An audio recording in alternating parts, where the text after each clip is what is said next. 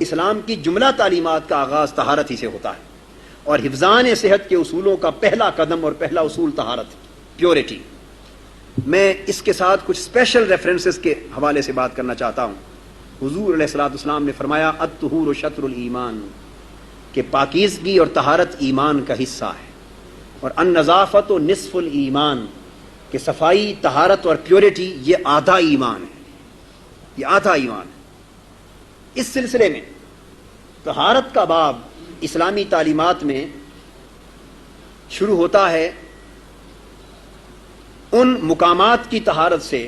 جہاں سے فضلات خارج ہوتے ہیں، پاخانے اور پیشاب کی صورت میں۔ یہ طہارت کا پہلا اصول ہے جس کو ہم میں سے ہر شخص، اور مسلمان ہونے کی حیثیت سے ہر شخص سمجھتا ہے کہ اس کے بغیر طہارت کا کوئی تصور مکمل نہیں ہو سکتا۔ مسلمان کے لیے اللہ کے رسول نے اپنی جائے پیشاب کو اور پاخانہ کی جگہ کو صاف کرنا، پانی سے دھونا لازم قرار دے دی۔ آج مغرب اس تصور کو ترک کرتے ہوئے اس کی جگہ کاغذ کے استعمال کو رواج دے رہا ہے،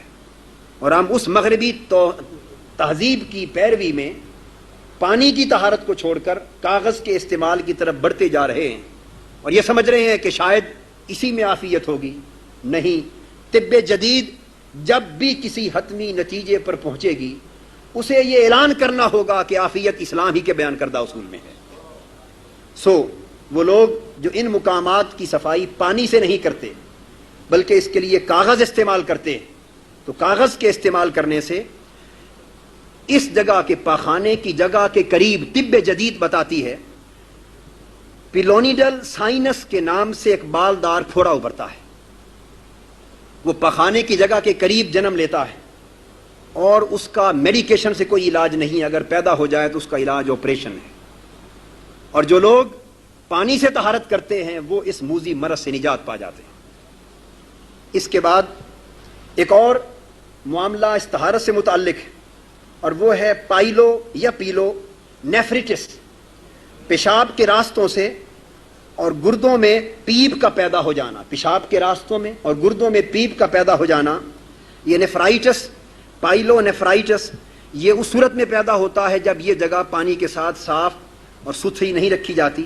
پھر یہ جراثیم، اس مرض کے بالخصوص عورتوں میں پاخانے کے جراثیم پیشاب کی نالی میں آسانی سے چلے جاتے ہیں اور سوزش اور پیپ کا باعث بنتے ہیں، اور الٹیمیٹلی یہ گردوں کی پیچیدہ اور مہلک امراض کا بھی باعث بن سکتی ہیں۔ ان کا علاج مغرب اپنے جدید طرز طہارت میں مہیا نہیں کر سکا۔ اگر اس کا علاج ہے تو فقط اور فقط اللہ کے رسول کے دیے ہوئے طریقہ طہارت میں ہے۔ اس کے بعد طہارت کا دوسرا جز اور دوسرا اہم باب وضو ہے۔ وضو کیا ہے؟ اگر آپ توجہ سے دیکھیں تو انسانی جسم کے وہ اعضاء جو لباس سے باہر رہتے ہیں، ڈھکے نہیں رہتے، ننگے رہتے ہیں، ان کو دھونا وضو ہے۔ یعنی آپ کا سر سے پاؤں تک جہاں جہاں آپ کا لباس ہے، وضو میں ان کو نہیں دھویا جاتا ہے۔ ہاتھوں کو دھویا جاتا ہے، بازوؤں کو دھویا جاتا ہے، اور کئی لوگ کوہنیاں بھی ننگی رکھتے ہیں، اس لیے کوہنیوں تک بازو کو دھویا جاتا ہے، چہرے کو دھویا جاتا ہے، کلی کی جاتی ہے، ناک میں پانی ڈالا جاتا ہے، اعضاء القیاس مسح اور پاؤں کو دھویا جاتا ہے۔ وہ اعضاء انسانی جسم کے اور حصص جو ڈھکے رہتے ہیں لباس میں، وہ جراثیم سے بھی اکثر محفوظ رہتے ہیں۔ ہمارے بہت بڑے دشمن جراثیم، اور وہ حملہ آور ہونے کی کوشش کرتے ہیں، تو ننگی جگہ جو ہے وہ جراثیم کے لیے موزوں ہے، یا پھر وہ سوراخ ناک اور منہ کے جو انسانی جسم کے اندر جراثیم کو داخل کرنے کا راستہ قرار پاتے ہیں۔ وضو کی صورت میں ہمیں اللہ اور اللہ کے رسول نے ان تمام ننگے اعضاء کے حصوں کو دھونے کی، ایک بار نہیں دن میں 5 بار دھونے کی تلقین فرمائی، تاکہ اس گندے ماحول میں، گرد آلود ماحول میں، بیماریوں کے ماحول میں اگر جسم کے کسی جگہ پر کوئی جراثیم کسی بیماری کا لگ بھی گیا تو بار بار دن میں وضو، اور یہ بار بار وضو کرنا نور علی نور کرنے سے دن میں 5 مرتبہ جراثیم کو دھونے کا پروسیس جاری رہے۔ پھر اس کے بعد آپ دیکھتے ہیں کہ باقی سارے اعضاء باہر سے دھوئے جا رہے ہیں، لیکن 2 ہی سوراخ ہیں انسانی جسم کے، ایک ناک اور منہ جس کے ذریعے سے جراثیم کا داخل ہونا ممکن ہے۔ ان سوراخوں کو باہر سے نہیں بلکہ ان کے اندر پانی ڈال کر غرارہ کرنے کا حکم ہے، اور ناک کے اندر بالوں تک کو گیلا کر کے اس ہڈی تک گیلا کرنے کا حکم ہے کہ جہاں تک جراثیم کے گھس کر جم جانے کا اندیشہ ہے۔ مسلسل جو شخص دن میں 5 وقت غرارہ کرتا ہے، کلی کرتا ہے، استنشاق کرتا ہے اور ناک میں پانی ڈال کر ہڈی تک کو صاف کرتا رہتا ہے، وہ 80% ان جراثیم کے جسم کے اندر داخل ہونے سے بچ جاتا ہے جن کا راستہ فقط منہ اور ناک ہے۔ اور پھر ناک کے اندر بال ہیں، بسا اوقات جراثیم گرد کے ساتھ داخل ہو کر ان بالوں کے ساتھ چمٹ جاتے ہیں، آپ صاف ہوا بھی اندر برید نہیں کر سکتے، تو 5 بار ناک میں پانی ڈال کر اندر جمے ہوئے جراثیم کو بھی دھونے کی تلقین فرمائی تاکہ حفظان صحت کے بہتر سے بہتر اصول وضو کی صورت میں قائم رہ سکے۔ اس کے بعد چہرے کو 3 بار دھونے کی تلقین کی ہے، اور جب چہرہ دھویا جاتا ہے تو ٹھنڈا پانی مسلسل آنکھوں پر پڑتا ہے۔ یہ آنکھوں کی امراض کے ماہرین بہتر سمجھتے ہیں کہ بہت سی امراض آنکھوں کو ٹھنڈے پانی سے دھونے اور ٹھنڈے پانی کے چھینٹے مارنے سے خود بخود دور ہو جاتی، یعنی یہ وضو آپ کی اتنی بے شمار امراض کا از خود علاج کر دیتا ہے کہ جن کے پیدا ہونے کا آپ کو نہ صرف علم بلکہ احساس بھی نہیں ہوتا۔ اور یہ طہارت کے باب میں طب جدید جن جن تصورات کو واضح کرتی ہے ان تصورات کو عملاً اسلام تصور طہارت میں سمو چکا ہے۔ اس کے بعد طہارت ہی کے باب میں کھانے پینے سے پہلے ہاتھ دھونے کی تلقین کی گئی۔ حضور علیہ الصلوۃ والسلام نے فرمایا برکت الطعام الوضوء قبلہ والوضوء بعدہ، کہ کھانے کی، ابو داؤد اور ترمذی میں حدیث آتی، کھانے کی برکت کھانے سے پہلے ہاتھ دھونے میں اور کھانے کے بعد ہاتھ دھونے میں۔ اگر ہاتھ دھوئے بغیر آپ کھانا کھاتے ہیں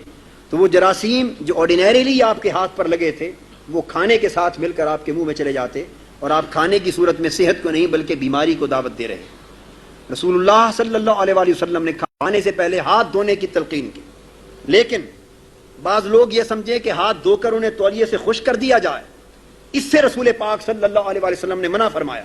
اور فرمایا لا یمسح یدہ قبل الطعام بالمندیل، کھانا کھانے سے پہلے ہاتھ کو دھو لیکن تولیے یا پانی سے مت خشک کرو، مبادا اس کپڑے کے جراثیم آپ کے منہ میں چلے جائیں۔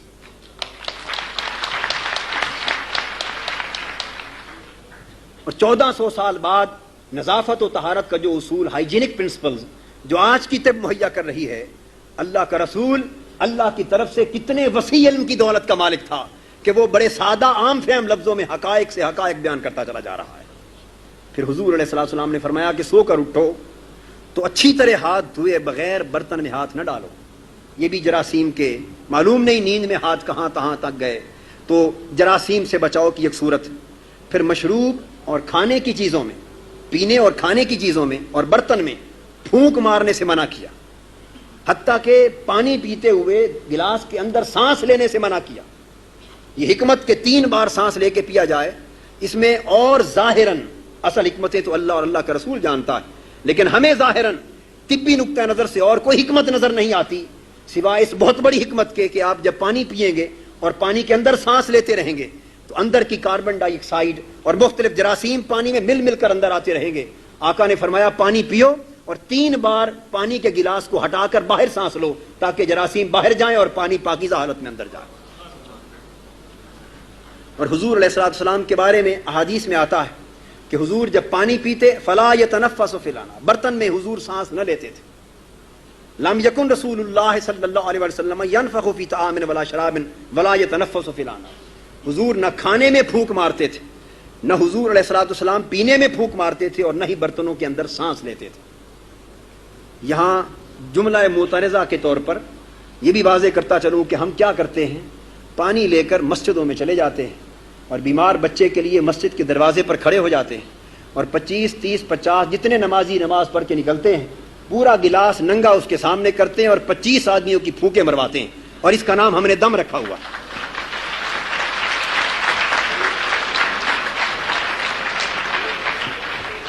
تاکہ دم کے اور صحت کے نام پر سب جراثیم اندر جائیں۔ دم کرنا حضور علیہ الصلوۃ والسلام کی سنت ہے، لیکن مشروب اور پانی میں سنت عطا فرمانے والا اس کے اندر سانس لے کے دم نہیں فرماتے، حالانکہ حضور کی سانس تو ساری کی ساری شفا تھی۔ حضور نے تعلیم یہ دی کہ اگر کسی چیز پہ دم کرنا ہے تو اس طرح فاصلے پر کرو کہ وہ مشروب یا طعام کے اوپر سانس نہ جائے۔